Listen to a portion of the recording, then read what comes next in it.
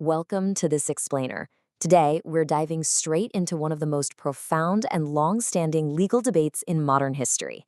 The arguments for and against amending Article 9 of the Japanese Constitution to explicitly include the self-defense forces. Now, this isn't just a dry policy discussion. This is about the foundational values of an entire nation. To really understand this objectively, we're going to break down a beautifully structured debate that lays out the best arguments from both sides. Let's start by wrapping our heads around a staggering number, 250,000. Think about that for a second, 250,000 people. To put that into perspective, that's actually larger than the active militaries of many major global powers. But here, it represents the personnel of Japan's highly capable self-defense forces, the SDF. These are men and women out there every single day, shouldering massive responsibilities, from national defense and frontline disaster relief to international peacekeeping operations. They are a massive, undeniable reality on the ground. But this brings us to a huge constitutional paradox. When you put that 250,000-strong organization right up against the strict, pacifist wording of Article 9, Paragraph 2, which literally says, land, sea, and air forces, as well as other war potential will never be maintained, you can immediately see the tension. The everyday reality of the SDF exists alongside a constitution that, on its face, seems to completely forbid it. To untangle this objectively, we'll follow our structured debate. We'll cover 1, the SDF reality, 2, the affirmative case, 3, the negative case, 4, the clash, and finally, 5, the verdict. Section 1, the SDF reality. So, what's actually happening right now? Well, Japan's security environment is evolving incredibly fast. We aren't just talking about conventional tensions in East Asia anymore. We are looking at entirely new threat domains, like cyber warfare and space. Yet, despite this rapidly changing reality and the vital role the SDF plays, legal scholars are still deeply divided on whether the forces protecting the country are actually constitutional. This debate is absolutely crucial because it forces the public to decide exactly what national values they want to pass down to future generations. Section 2, the affirmative case. Okay, let's look at the affirmative side, those pushing for the amendment. They build their case on 3 main pillars. First, they argue that relying on shifting government interpretations for something as vital as national defense is just fundamentally unhealthy for a democracy. Second, they bring up a powerful human point. Is it fair to ask SDF personnel to risk their lives while their very existence is deemed unconstitutional by a significant chunk of society? Finally, they argue that explicitly writing the SDF into the Constitution signals a strong national will, which acts as a powerful deterrent. They emphasize that this isn't a slide into militarism. It's simply acknowledging reality without giving up those core pacifist principles. Section 3, the negative case. On the flip side, the negative counters with the wisdom of the status quo. Their main point, the SDF has functioned stably for over 70 years, so there's no actual legal void that needs filling right now. Plus, they warn of a slippery slope. They argue that changing the text risks paving the way for expanded military actions down the road, like preemptive strikes.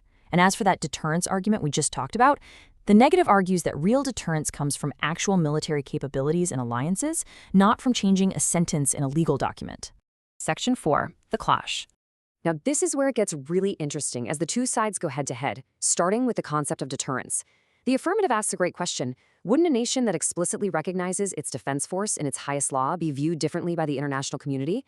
But the negative pushes back hard on this. They insist there is absolutely zero empirical proof that constitutional text changes the strategic calculations of adversaries. They maintain that enemies only look at the tangible costs, your troops, your weapons, your budget. Then, the affirmative goes after the negative's claim of legal stability with a really pointed question. They ask, hey, if the current setup is so perfectly fine and clear, why are constitutional scholars still split right down the middle? Having a nation's core defense organization constantly debated as potentially illegal is pretty much the exact opposite of legal stability. But the negative smoothly deflects that. They point out that academic debate is just a natural part of a healthy democracy. We argue about freedom of speech and the separation of church and state all the time, right? But we don't rewrite the Constitution every time scholars disagree.